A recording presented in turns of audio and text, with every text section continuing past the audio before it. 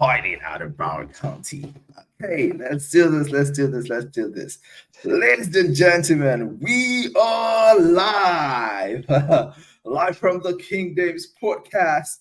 I bring to you today, fighting out of Broward County, the number three ranked featherweight contender, the BKFC, and the number five ranked lightweight contender in the BKFC. Howard HD Davis. Appreciate you, man. Appreciate you. Whoa. You're welcome. You're welcome, Howard. How are you doing today, bro? I'm doing good. Yourself? I'm good. I'm good. I'm fine. London, England. The weather is getting better. We're happier. We're happier. How's the weather over there? That's good. In Florida it's bipolar. It's hot, it's rainy, it's snowing. And you can get a lot of Wow. different things. You get a lot of different things. 50 shades. Exactly. Wow, interesting. So, like, getting to meet you, right? You are somebody we're quite proud of. You're making your way in the fighting game, but then it all comes back to your childhood and how you grew up, right? And that is why I always like to ask people, like, who do you think you are? A lot of people see you probably as a fighter. Some people see you as a celebrity. Some people see you as somebody who contributes to society. But you view yourself as something, right? So, how do you see yourself, and what was your childhood and growing up for Uh, you? I see myself just as a man of God, a warrior of God. I feel like my purpose here is to lead by example with what I do in my profession and just try to give back to people that surround me, knowledge and experience, and so they can walk the right paths. I went through a lot of, hardships, and I walked the wrong paths that time that could have led to jail, death, things of that nature. So if I can, teach my kids to walk the right path and teach younger men that's coming up in the world, regardless of they want to do sports or they want to get in different fields. Like, if I can help in any way, I feel like that's my purpose to, help and make sure they don't go down the wrong paths that I went down. Because a lot of times that I thought I was lucky, I end up being just blessed, and I have friends that unfortunately wasn't so blessed, and I had to see that reality constantly. So that shaped my perspective on my purpose here right now. I feel like I got more purpose too, but that's the main thing right there.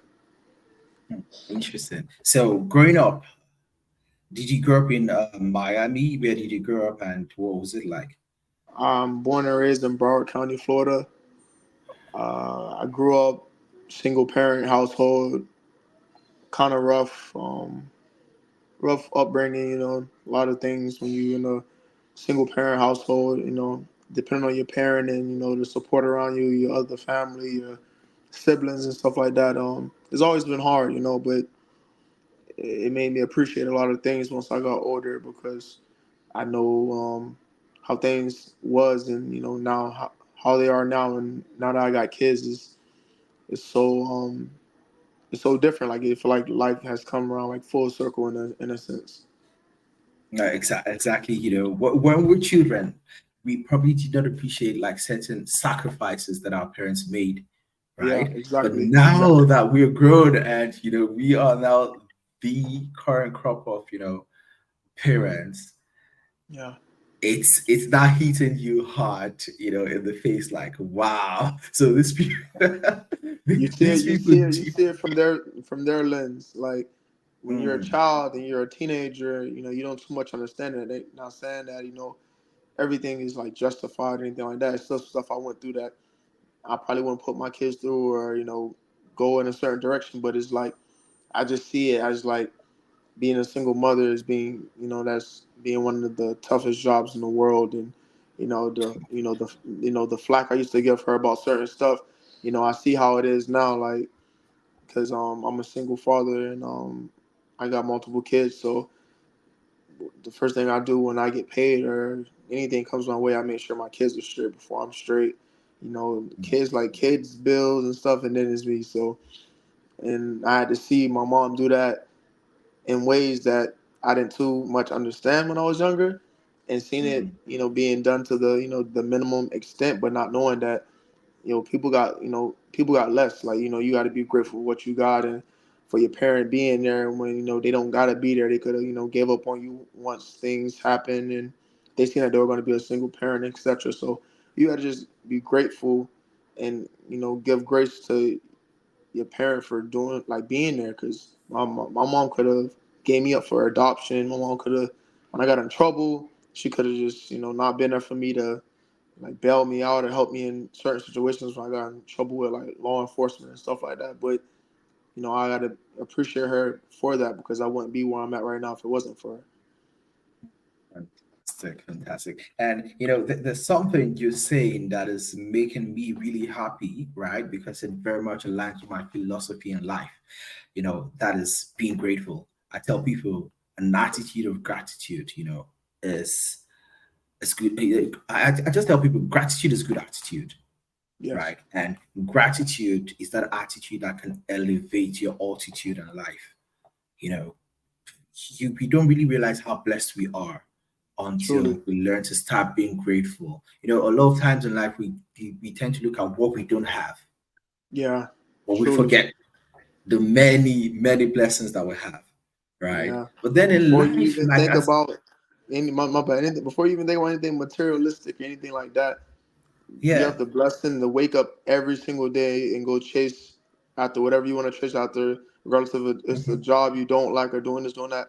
Life is the biggest blessing. Like you have the ability to still change and do stuff. That's before you talk about your car or this or that. Or like you get to wake up, you get to go to bed. You got roof over your head, you got clothes in your back. It's the little stuff to be grateful for blessing. that becomes bigger things. Really real blessings. And like you said, so some people have it worse in life.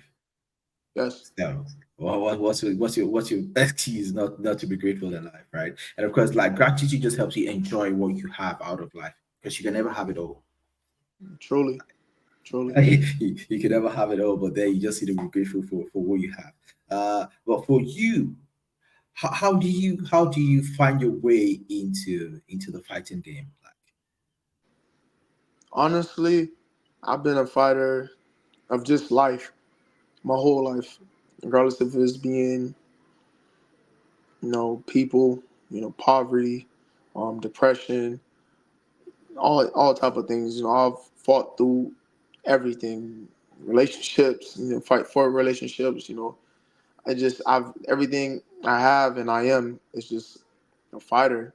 That's why I say I feel like I'm a warrior of God. Like everything I have and I've ever gone through, it's like I had to fight my way through it, and it wasn't just physical. You know what I mean? People think that fighting is just a physical thing. Like that's why Mike Tyson, said that boxing and fighting is just so much mental that a lot of people wouldn't think that. They think it's all about muscle and hitting hard, but if your mind isn't right, if you're not in a place where you can go, where you can really concentrate, and you know, you're never gonna fight to the best of your abilities. And just mentally, with a lot, I carry a lot on me, a lot of baggage from past experiences and experiences now, and I just have to weather a lot of those,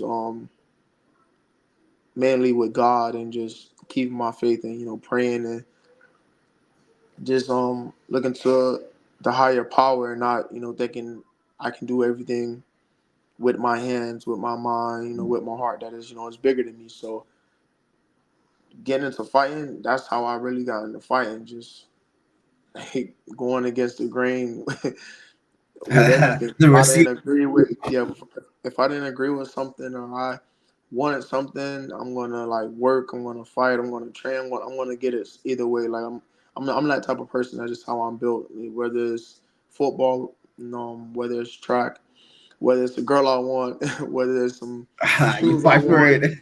Yeah, whether it's some shoes I want, like I'm gonna find a way to, obtain it. Oh, interesting. So I'm just going to put you on a lighter mode, right? So do you love to fight or you fight for love? That's an interesting question.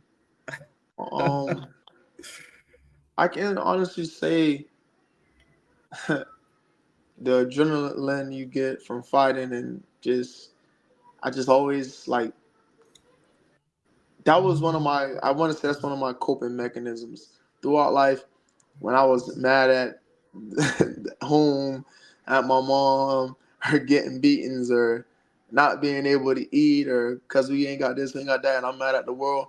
If like somebody was to test me, like that was my way to like get all of that off, like fighting, like through, just that was my release. Let's just say that was my release. So I can say I love fighting because it brought me joy. It brought me happiness in times that stuff looked real bad. And even though the consequences usually was me like getting in trouble and being whooped and stuff like that. But it's like at that time, it was cool because like I could fight. I always knew how to fight. I always had fast hands.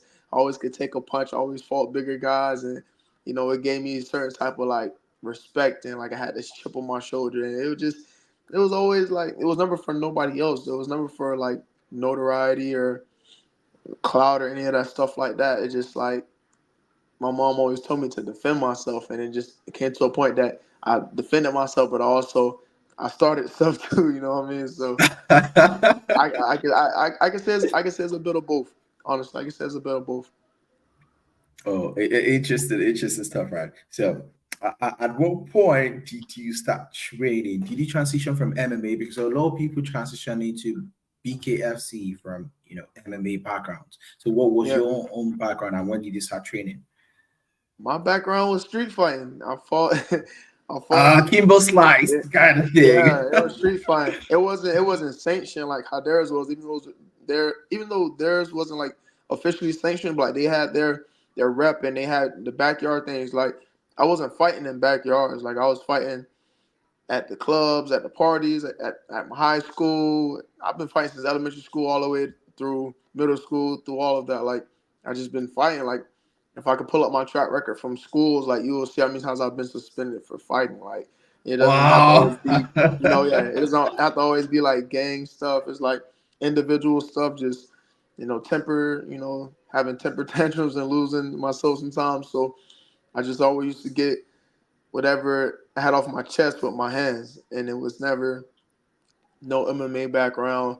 When I was growing up, I always wanted to participate in boxing, but with a single mother, and she's trying to do everything she can do, to provide in the household and stuff like that. She didn't always have the time for me to like engage in sports. So a lot of years passed, I didn't get to do sports or get a craft. I started boxing officially when I was 22, 23.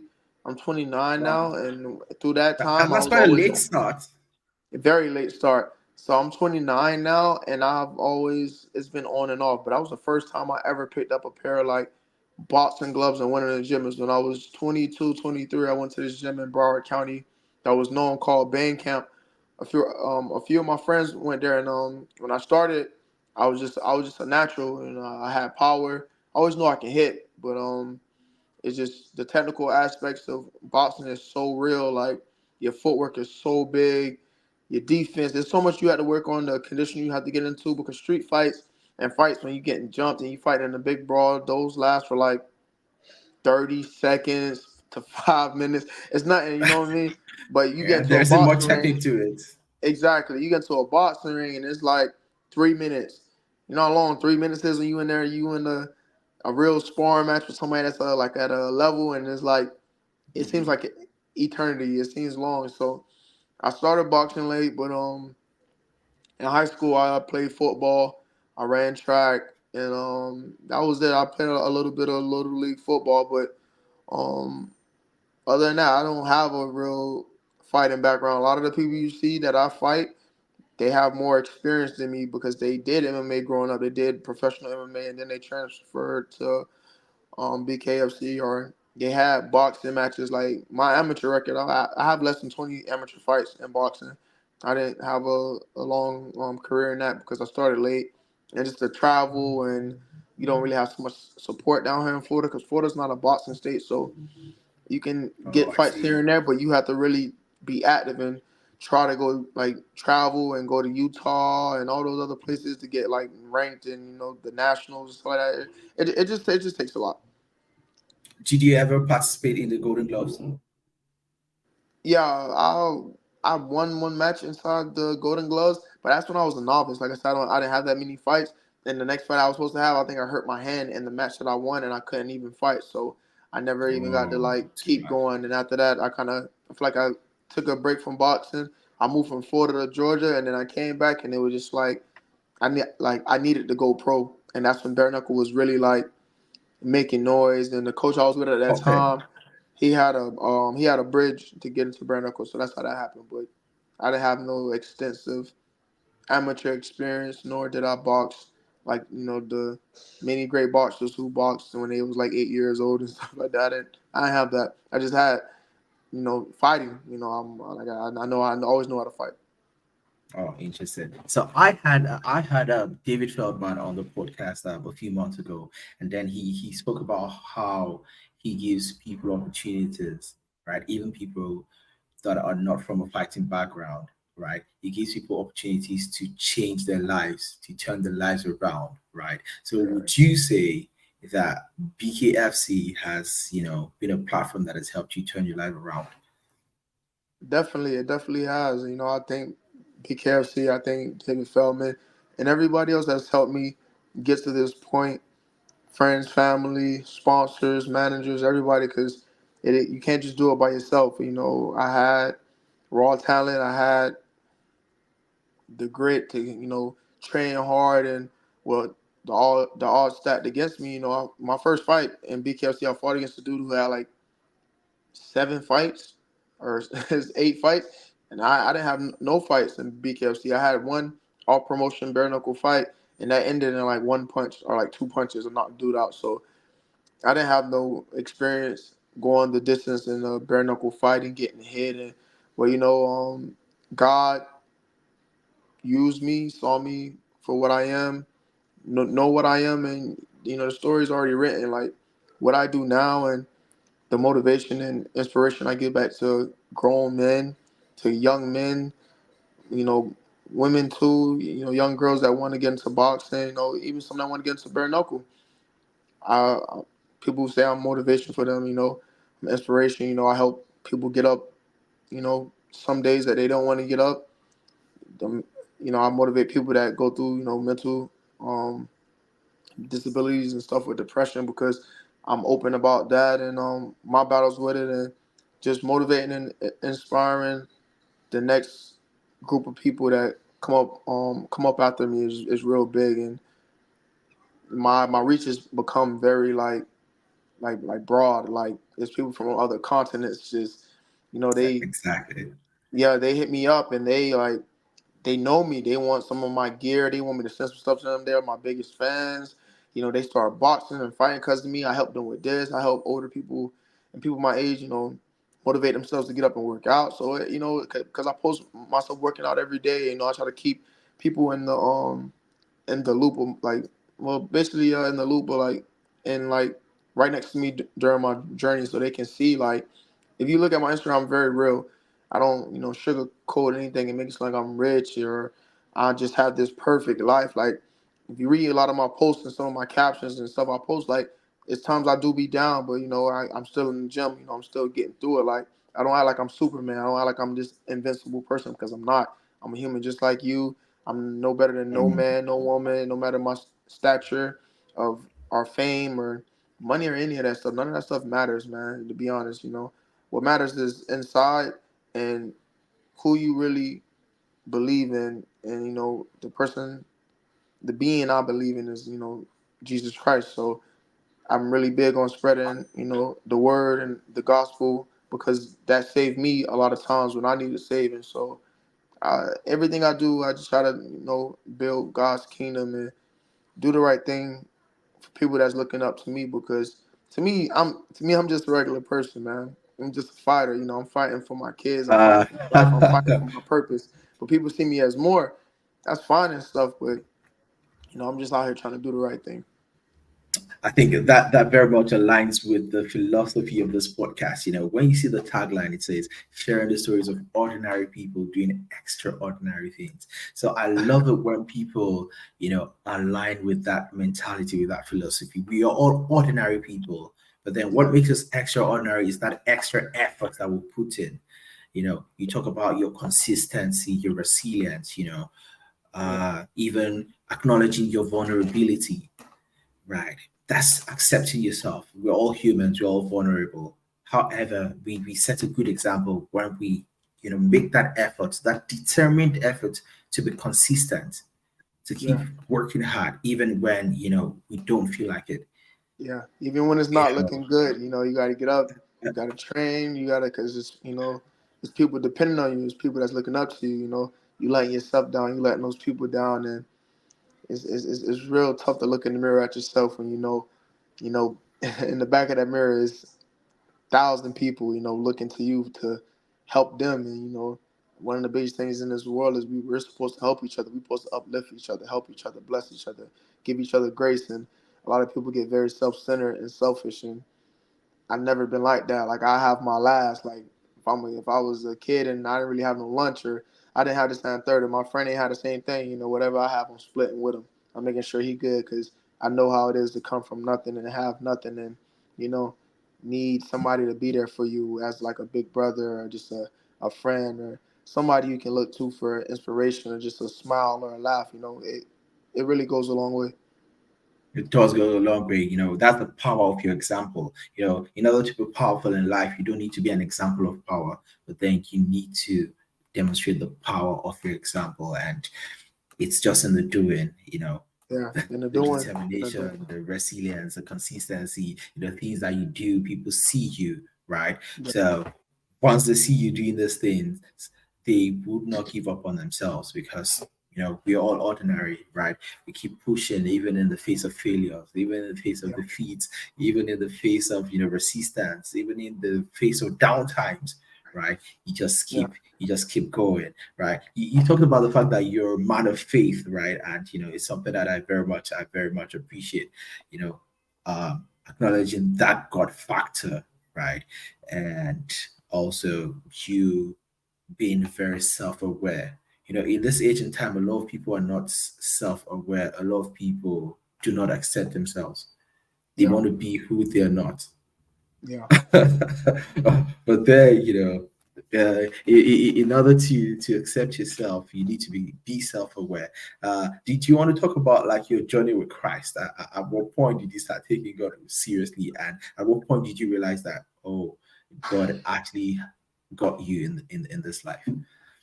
I want to say in 2021, throughout life, I've always questioned God, which is a very bad thing to do. And even though I did that, God has always been right next to me, always leading me, always protecting me and my family and friends. But the life that I had and I grew up with, I always questioned God as to why I didn't have this, why, I see this, I see that, but, I can't experience that because of how things were taken from me before I was even born. Just a lot of stuff. And I always had that resistance. And I was engaged to this woman. She's one of the mothers of my kids, and she really got me into church and really got me into believing in changing my mindset and just seeing things for what it was. And as I said, stop with me thinking, oh, I'm lucky that I made it out of this situation, or I dodged a bullet, I did this, I did that. When it was really, I've been blessed this whole time to live a bigger purpose. Like my story wasn't supposed to end at those times because I still had a lot of people I had to touch and a lot of inspiration I had to give, and the bricks I had to lay to keep building God's kingdom even now. So with my kids and the kids of the world and the men and everybody, it all came like I could say it came like full circle because with her not making me but just offering me to come to church and the people that's been around me that offered me to come to church and always used to be kind of hesitant and not really thinking about it and being in my own world and going through my own stuff, like not really thinking that it can be a higher being because of how my life is, but not really looking at the world and how everybody have hard lives and go through things, and and they still have faith. So I just kept going to church. I kept being consistent. And this year, after having one of my worst years last year, a year that could have really probably taken my life. Like I went through so much in my biggest moments and had the people that was closest to me turn on me, and I had like 5 friends, close friends that passed away last year from multiple different ways, and it was just so overbearing. Like it felt like I was imploding. It was crazy. And the only thing that kept me going, that got me through that, was just having faith and keeping faith. And if I didn't have faith in God and faith in where I will go after this life is over, then I probably wouldn't even be on this chat talking to you right now, because I would have gave up, and I didn't, because my God has always been right next to me with his hand on my shoulder, helping me, leading the way. And I just had to see that for what it was. So this year I got baptized, and it just felt like such a relief, a big reset on my life, and getting all that bad energy and the bad thoughts and bad spirits off of me. So, the mindset I had, and the things I looked at, and felt mad and angry about stuff I didn't have, and the choices my family made towards me and my mom, and a lot of stuff. I had to let stuff go. I had to forgive people I thought I'd never forgive, and that's in the Bible. You have to you have to forgive if you want to You have get to closer to forgive. God. That's very key. So I did a lot of that, and I let bygones be bygones. I may not talk to those people and be next to them every single day and be friends with them, but I harbor no bad feelings towards them neither. Like I let them live their life, and hopefully they can find God one day too. But my journey with God has been a very up and down thing, and I'm way more on a straight path now. I'm not sitting here acting like I'm perfect, and how some people like to act like they're the perfect Christian or anything like that, because I'm not. I'm still human. I still do things that I'm not always proud of or think, or I sin. I'm like, that's not what it is. We're not called to be perfect. A lot of people feel like you got to be perfect to be close to God, but that's not what it is. Like God is closer to the the brokenhearted, the lost souls that's out here, rather than the people that got all their stuff cleaned up and together. So I had to learn that, like, as always, God has been very, near and, dear to me, but, I've been far away from him. Like, God is never far away from us. It's us who walks away from God. And the way I got closer to him by being consistent and disciplined, and just, wanting to give that back to my kids, and letting them know early on that this is all bigger than what you think it is. Like this world, the money, the materialistic stuff, like you don't take none of that to where you're going. At the end of life, like you going to, two places. You either going up or you're going down. And I'd rather all my people that's next to me and by me go up. Wow, fantastic. Wow, that's actually very, very deep, deep insights, right? Yeah. It is actually very deep. Uh, but looking at your philosophies, right? What do you think you would say are the principles, like your core principles that you think are are very significant to your success in life? Like, what core principles do you think you have actually been able to practice over time, and you would also like advise other people to practice that are significant for success in life? Um, the core principles I have, and I feel like I lead by, is just, even though I mess up a lot with this one, is just having a positive mindset, a positive outlook on any and everything. Like any situation you get into, try to look past the negative, because just being negative makes the situation worse, and you usually gonna fail in the situation if you lead with a negative mindset. So just try to find the positive in everything that you do, you think, or put anything into, because it'll pan out better. And people understand, like, the energy in the universe is like, that's real. Like what you put out is what you're going to get back. So just try to be positive. That's one of the main ones I have had to work on, and I've struggled with for so long, that when I was depressed and I was being negative and I was suicidal and stuff like that, nothing helped that, because I was being more negative. when I was being more positive, when I had the friends around me, and I can smile, I can laugh, I can think about the good times, I can think about God, I can think about the future. That's when things started to get better. If you just sit in your misery and the negative thoughts and the bad energy, that's all that's going to come from it. You can't be a plant on this earth And and it will think drown that, you. yeah, John, yeah, you can't be, and it's like, it's the wrong thing. You want to be drowned in positivity and water. You don't want to be drowned in all the bad stuff, the tar, the fire, the whatever that's bad that you're putting on yourself to grow and it's not helping you grow. You got to get away from that stuff, man. So the first thing is your mind. Your mind is the most powerful thing that you have. Like, if you can, you know, really believe in yourself and be positive, like, you can achieve anything. It starts up there first, and then your body moves. It's the mind, and then the body moves. So that's one core thing I feel like, and discipline, which aligns with consistency and like motivation. People like to say motivation is nothing, it's discipline.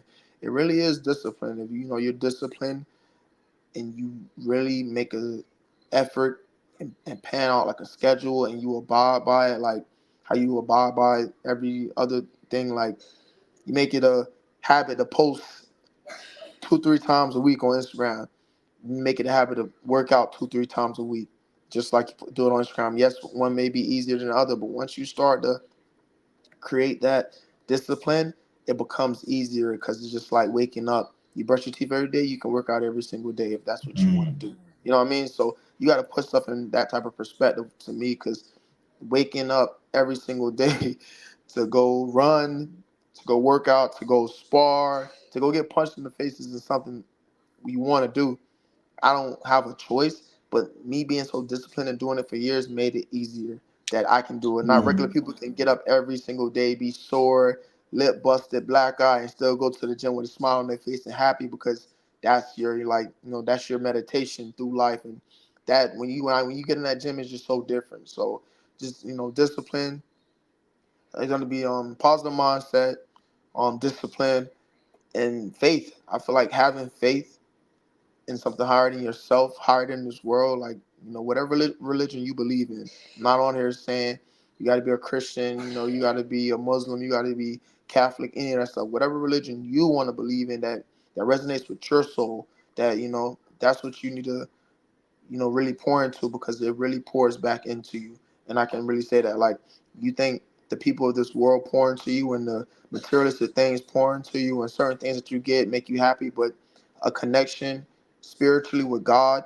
and any other being you believe in. As I said, I'm not trying to make anybody just be a Christian, anything like that. Whatever you want to believe in, believing in something higher and bigger than yourself is really key to living a better life, and holding yourself to certain standards that you usually wouldn't hold yourself to. You know? Mm. I very, very much agree with that. And speaking of the positive mindset, I think I have something, on my wall that speaks to that. It says keep an optimistic attitude. Uh, so it's just, part of my philosophies, and I always appreciate it when, I get to meet people that their philosophies align with mine, because positive Yeah, energy yeah, is it's not beatable. You cannot beat the power of positive energy. You meet people, and some people straight off give you bad energy, yeah. and then I And think I think about energy it. don't lie. Energy Why don't why lie. hate? Why hate when you can collaborate? Yeah, true. Life it's just the way life is. Bad energy pulls people down, but positive Yeah, energy, elevates. uplift people. Mm. So we'll rather elevate than Yeah, be caught up in the void of hate. It's not a good place. It's not a good yeah. place to The be world don't at need no all. more hate. The world don't need no more hate. No more hate. Got enough Oh, of it. I'm telling you, I'm telling you. So earlier you were talking about like the rough childhood, being involved in certain things that you probably are not even proud of today, But is there anything, from being younger that you'd like to share, some rough patches that you were involved in, and how you were able to bring yourself back from that wrong road. At some point in life, we discover that we are long lost on the wrong road, and we take that U-turn. I said, nah, I'm not doing this. I need to change to the right lane. I don't want too much talk on certain stuff I did or was involved Give in, us but interesting stuff, and the sweet, the juicy details. I ain't gonna, Uh, go into that. But I can say I'm gonna do this because men's mental awareness month just passed, right? Our mental mm, health month just passed. So I'll touch on that rather than touching on something that's like, you know, not that this negative. It's just real. The other stuff I gotta say is real too, but that other people can say the same thing and that can be taken in light. But so basically, when I mm. was growing up, I guess I didn't know how to like channel my feelings and my anger and stuff like that. And like when you grow up in a black, you know, Caribbean household and stuff like that, if you talk about being depressed or certain stuff like that, you kind of get like laughed at. It's not something that's Yeah. big. Like your mom would tell you to like I don't want to say what your mom would tell you, but your homeboys, your cousin, whoever, they'll tell you something. So a lot of that stuff you got to keep to yourself because it's like it's not safe when you're when you're African American. Certain stuff is not safe for you to do. You get laughed at, you get picked out, and people make shit worse. Unfortunately, I didn't mean to curse just now, but yeah, unfortunately. So I always had a deep misunderstanding of how to go about stuff, how to talk to my sister or my brother or my mom and anything like that. Like I battled all that stuff alone. And so one day, like I just snapped and I broke and like it's been several times that like I snapped and I broke, like really broke down to like, and this is like before I got really close to God, and this is one of the reasons why I say that, I wasn't, lucky, I was blessed. Like, I've really been there. I've been that guy. Like, you want to look at me because how I look and the tattoos and all the stuff people may think is gangster and stuff, but I've been to like legit psych wards. I've been to multiple ones. I've been like restrained and detained from harming my own stuff, my own self, and like really like going to that extent to not wanting to like continue to be on this earth anymore. So I'm real big on advocating for the men that's in similar situations as me and the younger dudes that's in some situations like me and are afraid to get help and talk to somebody. A conversation really goes a long way, but when you feel like you can't talk to nobody because you feel like you're humiliated or it's embarrassing or it's not manly or you're a punk or this and that third, bro, you just human, bro, and we all handle things how we handle things, and a lot of us got secrets and stuff we don't say to nobody, and we just look in each other's faces and we laugh and we smiling, but we dealing with the toughest, hardest things you can go through, and like we don't understand because we feel like nobody else understands, not knowing that this person can understand exactly what you're going through and can help you and y'all can help each other. So I was just real young and I was lost and I already didn't have an older brother like that, didn't have a dad, didn't have a, a male role model to look up to. So I was real deal my own role model.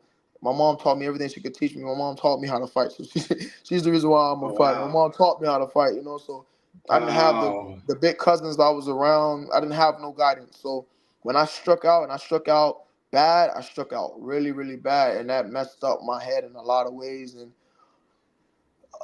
it just, you will never know like what you could achieve, what you can do if you end it and you go all the way with certain stuff. You need to see life through and see the hard situations and things you go through, man, because there's always the light at the end of the tunnel. Like things may seem dark all around Always. you at times, and you don't have nobody to go to. Like there's somebody out there that'll listen to you. There's somebody out there that'll help you and understand you and have compassion and won't judge and point fingers and laugh and say, oh, this, that, and the third. Like you gotta understand there's people out there. You have to be willing to find those people and not just think that they're gonna come to you when they don't know. Cause I can get up every day, go to the gym, and nobody think nothing's wrong with me, but I battle stuff mentally every day. I've gotten totally better in a 360.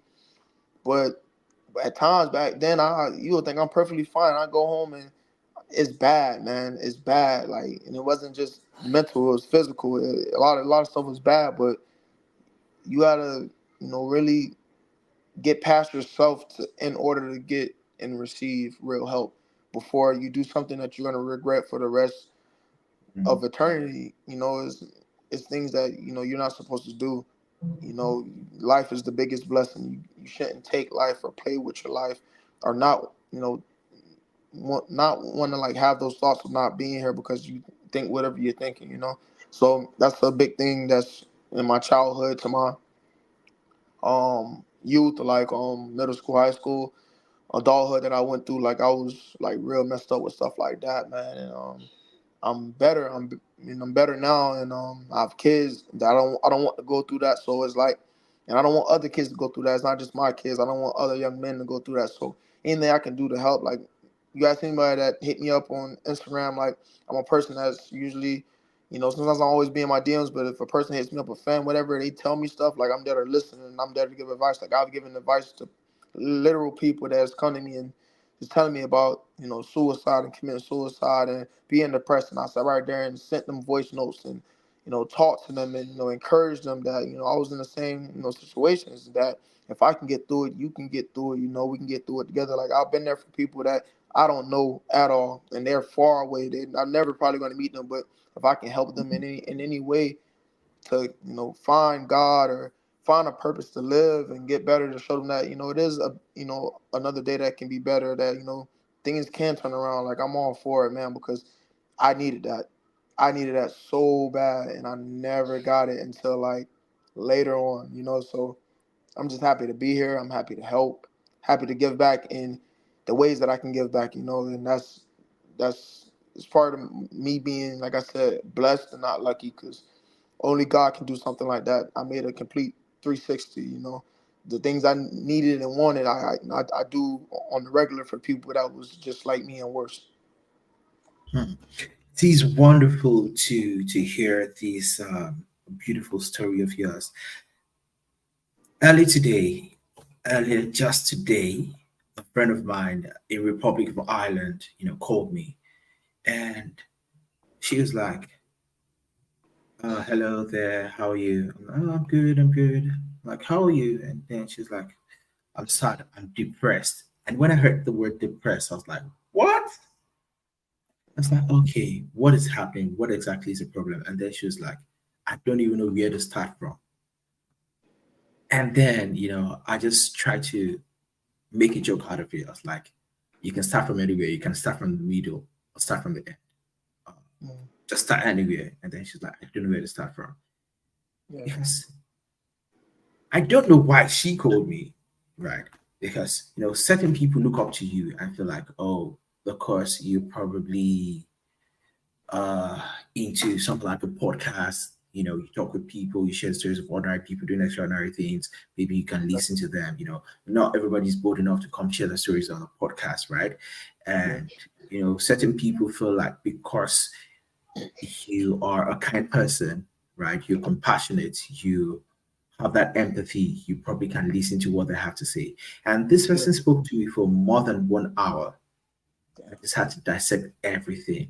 And then, do you know that after that 1 hour speaking to me, I was able to open up and say, okay, I also get sad myself. I've been depressed myself many times. yeah, I've been to, at the end of that hour therapy session, all right, yeah. she got to discover that a lot of the things that she was actually going through were things that I had gone through myself Exactly, in the past. And exactly, so man. That that's connection, that's just that the connection thing, happens. Yeah. You'll never people. know though. Like you said, you don't Yeah, understand why you she was never calling know. you, but she And I called never you, and look, knew. yeah, got to be there I for one never another, knew. man. That's why that's I so never big. knew. And guess what? Remember that you actually shifted the time for the podcast by 1 hour. Yeah. And then I was like, perfect. Wow. All right. Oh, so that's Because what it. Oh, I was still on that call. yo, that's Like God. Like, it's just it's just imagine it's if you just didn't answer it's that call. just You never know what can happen. You know what I mean? Like, You just sometimes never things know. happen when it's supposed to happen, when it's supposed to happen, because God is working through each one of us to help one another, man. And you gotta. Sometimes we look the other way and we don't go in God's way, and sometimes we do, and that just happened. Like that's crazy. That's You crazy. just never know. Like you told me, Yeah, okay, let's move about 1 hour, and then this person called me, and then I had to like speak with this person, and it just worked out together. Just worked out yeah. together. I'm It's happy that amazing happened. how. I'm truly happy that happened. Truly happy that happened for real.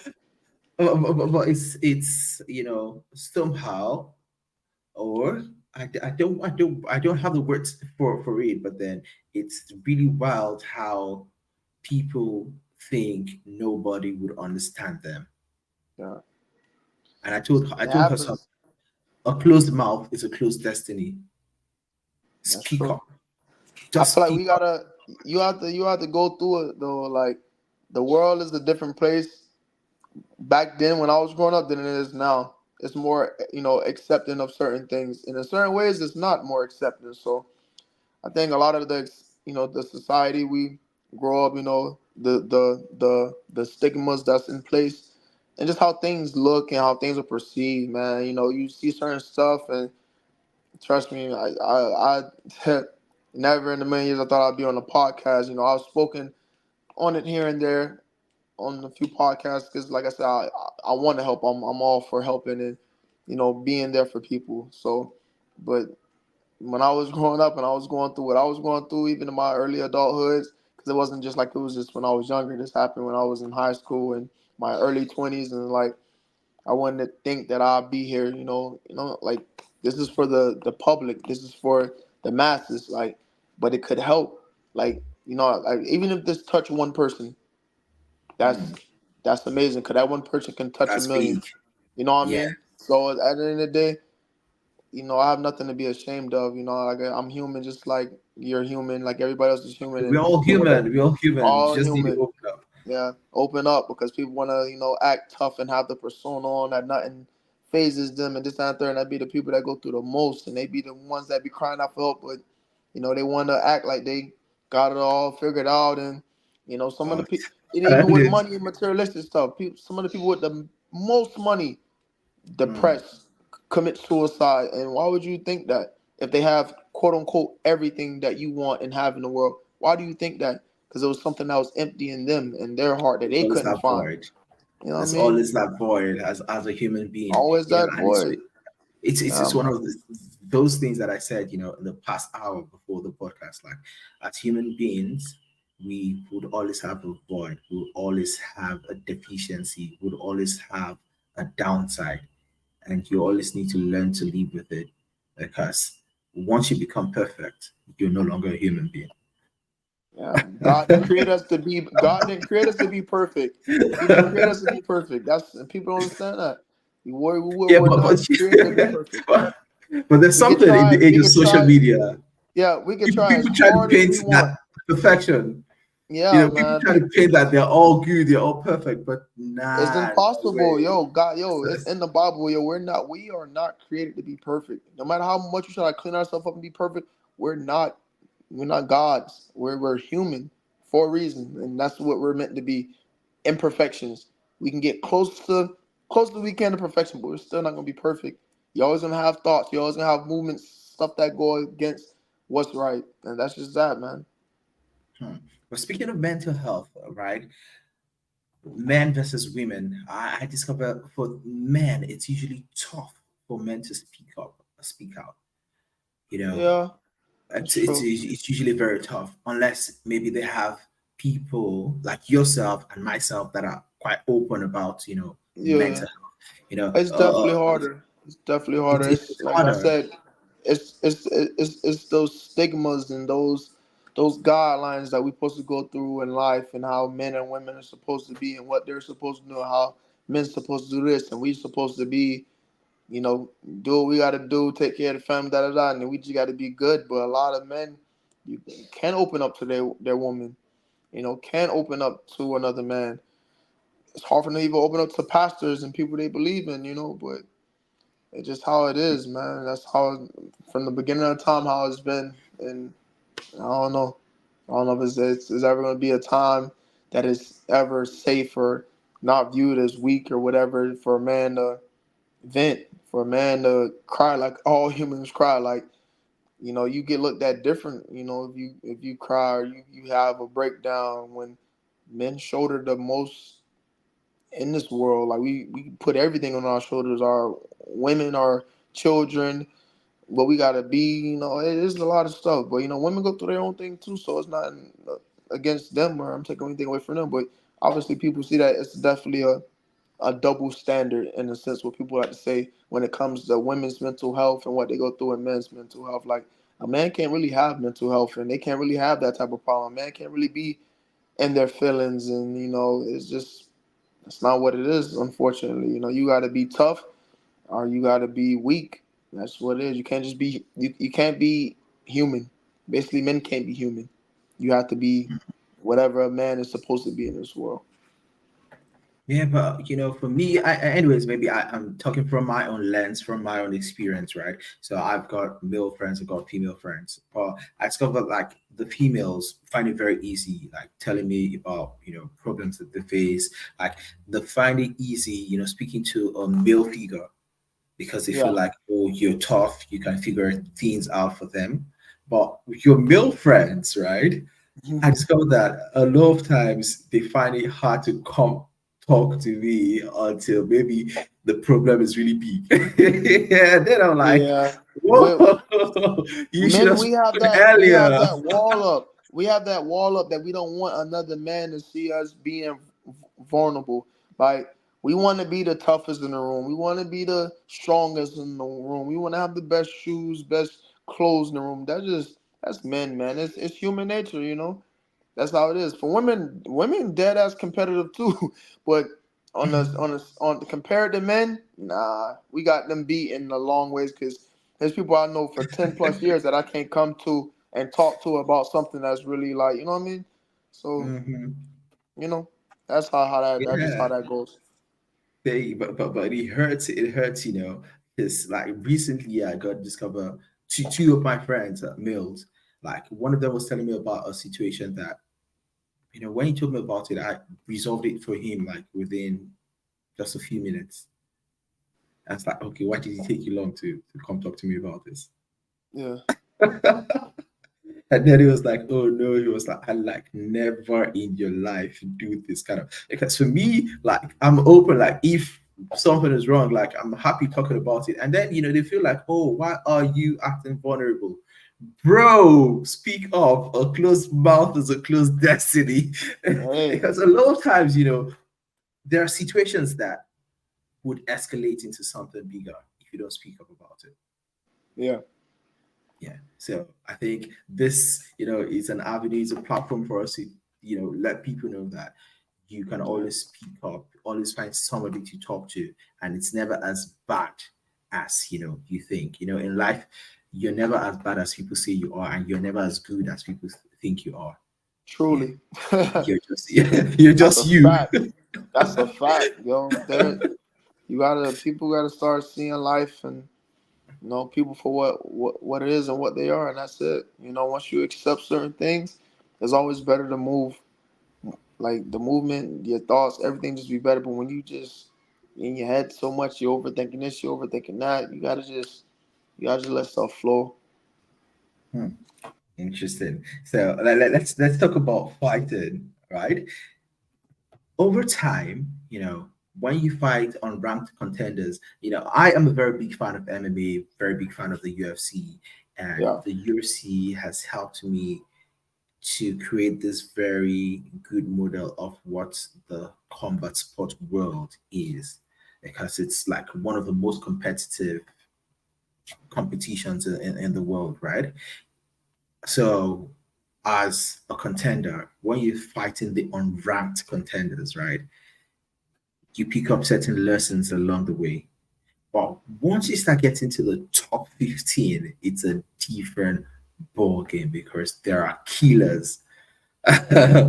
These are top of the food chain yeah. killers right there. So for you, like, how is it, climbing through the ranks. You're ranked number three at featherweight. You're ranked number five, at lightweight. That is 155 pound and 145 pound. So that's just a 10 pound difference. So it's sort of feasible for you to, fluctuate Yeah. between those two weight classes. But what has it been in terms of the step up of the competition for you? Honestly, it hasn't been such a big step up. Like it's bare knuckle. Everybody comes to fight. Everybody got their styles and their power and their speed. So I wouldn't say it's a step up in competition. Like my last opponent before in December, he felt like he fought better competition than me or whatever. But I fought a dude who fought in the UFC, who I think he's about to fight next, and he was like formerly ranked number one in his professional experience. I think he has like damn near like 30 something fights. At the time, I had three fights, and I fought Wow. him. And he came into BKFC as a favored. People know him, and I really felt like they was trying to set me up to get like knocked out by this dude or whatever. But I went out there and I fought him to the best of my abilities, even though I wasn't 100%. And that was a step up from the competition I had fought because, like I said, this dude was when you're ranked in the UFC. I mean, you fought a lot of good dudes. Like he fought I think he fought Peter Yan and everything. Like he fought Oh some like yeah, yeah. So he fought some dudes that's a that's killer. Former yeah. So bantamweight champion. yeah, he fought some dudes and like like I said, my background is really street fighting, like fighting and shit. That's my real background. I got some amateur experience, but I won a few belts in amateurs, but it was nothing like nationally or like big like that. So I wasn't so seasoned. Just I got a different type of like I don't know a different type of grit with taking punches and dishing out my own punishment. So the fight got set up. We fought to a draw, and after that we both won fights and lost fights and stuff like that. But I fought the dude Kai Stewart in December.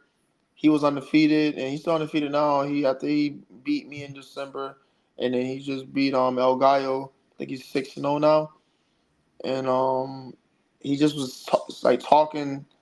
I don't know what he really said to Brian like that. I didn't keep up with their ongoing like talking when they was building the fight up. But with me, he kept making it seem like my competition wasn't as steep or as good as the competition he fought when like that Mm. was far from the truth. Like we had even competition, and I just knocked out more people than he knocked out.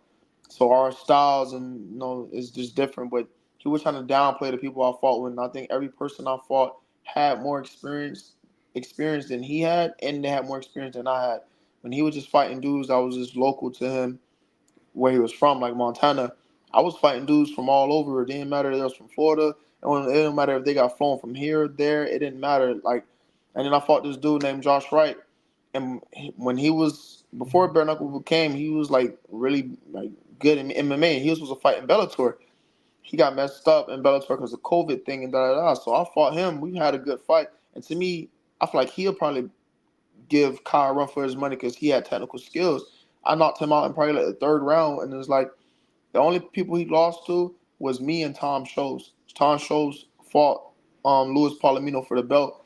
So it's like he said all this stuff about my opponents and who I fought, but if you look at track records and really who fought the better competition is me. Now he has a better notch on his belt because he fought El Gallo, and El Gallo was 5-0 or 6-0 with all knockouts stemming from 155 to 145. But that's now. I'm talking about when we fought in December. He didn't have that. He didn't have the notch on his belt from beating me or anything like that. And he was just like trying to downplay my like the people I fought. Like I don't choose those people. Those people get offered to my team, and we sign a contract regardless if they have a winning record, regardless if they're on a winning streak, losing streak, knockout streak. I fought people who are good that are better people than he fought. But the ranked thing and the unranked thing, getting to the whole conversation, it's not like a big thing. Like people get upset all the time that ranking doesn't really matter. Like and especially in bare knuckle, it's very like I don't know how to put it, but it's not you know, it's not so solidified, for like a ranking, because I don't know. I fought. Oh, let me give you an example. So I was number one ranked, right? in bare knuckle, and this was 2 years ago. And I beat everybody I had to fight. I fought Jimmy Rivera. We fought to a draw. Right. Top one. I was number one ranked. I just came off of fighting him. I got surgery. I was off for probably like 6 months, and I came back and I fought this dude named Louis Lopez. Louis Lopez was only 1-1 in bare knuckle. He fought one Wow. dude that I fought that I beat unanimous decision. His name's Rusty Crowder, and he fought him his first fight in BKFC, and he got his jaw broke. He lost. His second fight, he fought this other dude that I never heard of, whatever, and he beat him. Mind you, I'm number one ranked.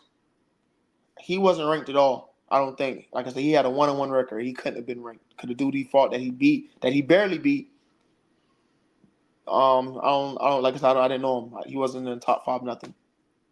Somehow I fought him in December. We fight for one round. He's landing his shots the round. I landed my shots. On the stats that they put out, I was winning the fight. I got a cut over my right eye. And we came out second round of the fight, and they stopped the fight because of the cut. So I was number one ranked, undefeated, and because they took that fight from me, and even though the cut was not a crazy cut, seen worse, seen cuts in the same places, all type of shit like that. The doctor just was like stoppage happy that night, so they stopped the fight. They gave him the win. That's my first professional loss. He goes on to fight Ka for the belt. Mind you, he wasn't ranked. He probably shouldn't even been fighting me, but like I said, the contract comes through, I fight whoever. I could have fought a dude who was Excellent. 0-4, 0-5. He literally just came off his first win in BKFC, his biggest win. I know he had a BKFC record in another organization. I think it was pretty good or whatever. But it's like I didn't have to fight him. But the way Kai and people try to make it seem like they try to make it seem like Miami fighters or Florida fighters pick and choose who they want to fight. If that was the case, I wouldn't have fought a dude coming fresh off his biggest win and a quote unquote dangerous fight. I would have fought an easy layup fight. But a contract got offered. I fought him. I was ranked number one. He was unranked. They let him win off a doctor stoppage. Boom, he goes and fights for the title. That's so weird. He wasn't ranked. Mind you, I'm number one ranked. There's no title fight in talks at all. It was no title for the division. But he's from Montana. Kai's from Montana. He gets the doctor stoppage over me that nobody expected. He goes and fight Kai for the featherweight title in Montana out of nowhere. This man is 2-1, unranked. Now he's ranked because he beat me or whatever. But and then Kai is ranked number 3 or 2, maybe 4. I don't know. But to me, it was just like all like funny how that worked out of pan. Like it looked like a real big money move to me because you got both fighters in Montana. You know you're gonna sell it out. It's the first championship fight. Boom, Kai wins, and it's like wow, everything this man said about opponents and fighting and ranking, it just kind of went out the window. Like that just didn't make sense. But it's my example on it. Like the ranked fighters and unranked fighter thing really don't matter, man, because anything can happen. It don't matter if you're ranked, if you're unranked. Yeah, B, definitely. yeah, BKFC is very dangerous in a sense that you can be winning a fight, and I've seen some of my friends win fights, winning fights, and a cut can happen from an insignificant punch, and that can stop the whole fight. And everything you've done in round 1, 2, and 3 can go out the window in round 4. You can come out, and the doctor can look at something and say, I don't want to let you continue this fight and take the fight away from you. So that messed me up on my whole title chase path, and yeah, so that's like There one are of my many ways biggest. to win and there are many ways to lose. Yes, so that I would have probably been had the 145 title if that didn't happen, but God's timing, I let things happen how they happen for a reason. I don't question the judging anymore. Even with the car fight, a lot of stuff happened in that fight last year in December, and it so happens to be that each one of those fights that I fought a Montana dude right before that, those fights which are documented, I came off of surgery, off of injury. I fought Kai, just came off of breaking my hand and getting the screw put in it, and went straight into training camp having to fight him. Same thing with Louis Lopez. Came off a 6-month layoff of being injured, and I had to fight two of my basically biggest fights, not at 100%, but I still try to make it, great fights. I won fight of the night with Kai. We had fight of the night, and with Louis, they only went one round because they stopped because of cuts. So, it's been a bittersweet feeling with a lot of stuff because I go out on my shield, I fight.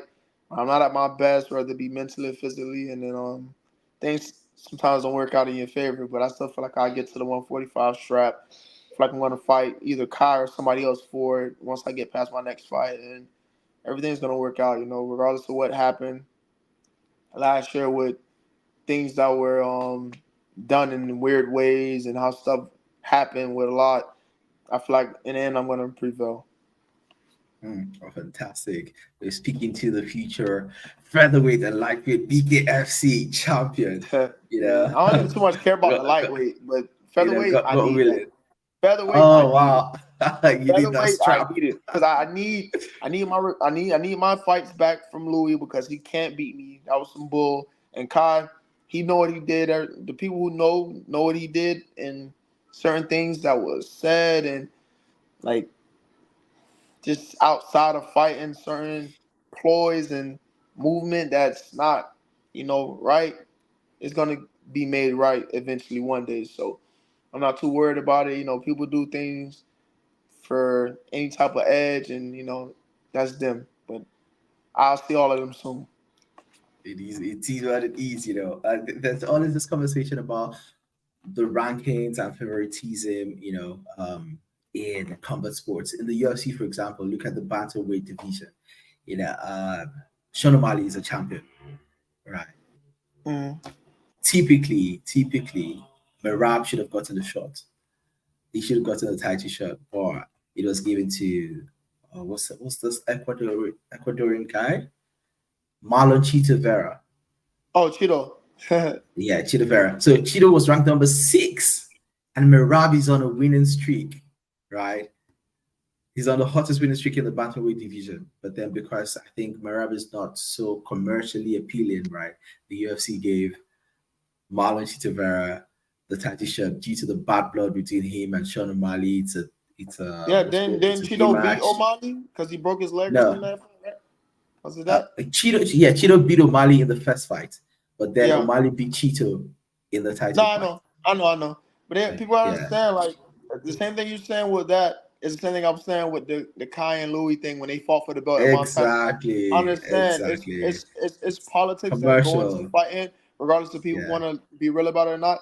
What makes money makes sense to the company people. So people gotta exactly, understand it's not just about who's the best fighter, who looks the best, who got this and third. Who makes the most money? Who sells? Who's going to sell? Are we going to sell out this venue by making this fight? So the best fights don't always get made. That's in UFC. That's in bare knuckle. That's in boxing. That's in a whole lot of things, man. So it's not something that's just so easy. People think you just, oh, y'all want to fight him, contract gets sent. Nah, it doesn't happen like that. If the fight doesn't make sense for the promotion company, isn't going to sell, it's going to flop on pay-per-view, or they're not just trying to waste money. You know what I mean? exactly. They're putting on a show, and the show must go on. The show must go Exactly, on. exactly. Wow, we've actually been speaking for quite a while now. So How much you gonna say? I'm yeah, hungry. How much you gonna say? How much longer we on the interview? yeah, yeah. So basically, at the end of the pod, right, we usually have a question from a previous guest, and tell you to ask the next guest a question. So, Yeah. question for one of the questions from a previous guest basically is, what would you like your legacy to be? And what question would you like to leave for the next guest? So I answer that question and then I leave you a question to ask the next guest. Yes, yes. My So, legacy, my legacy. I don't too much give it a lot of thought to be honest, but my legacy, I wanna leave behind, I guess, like a blueprint of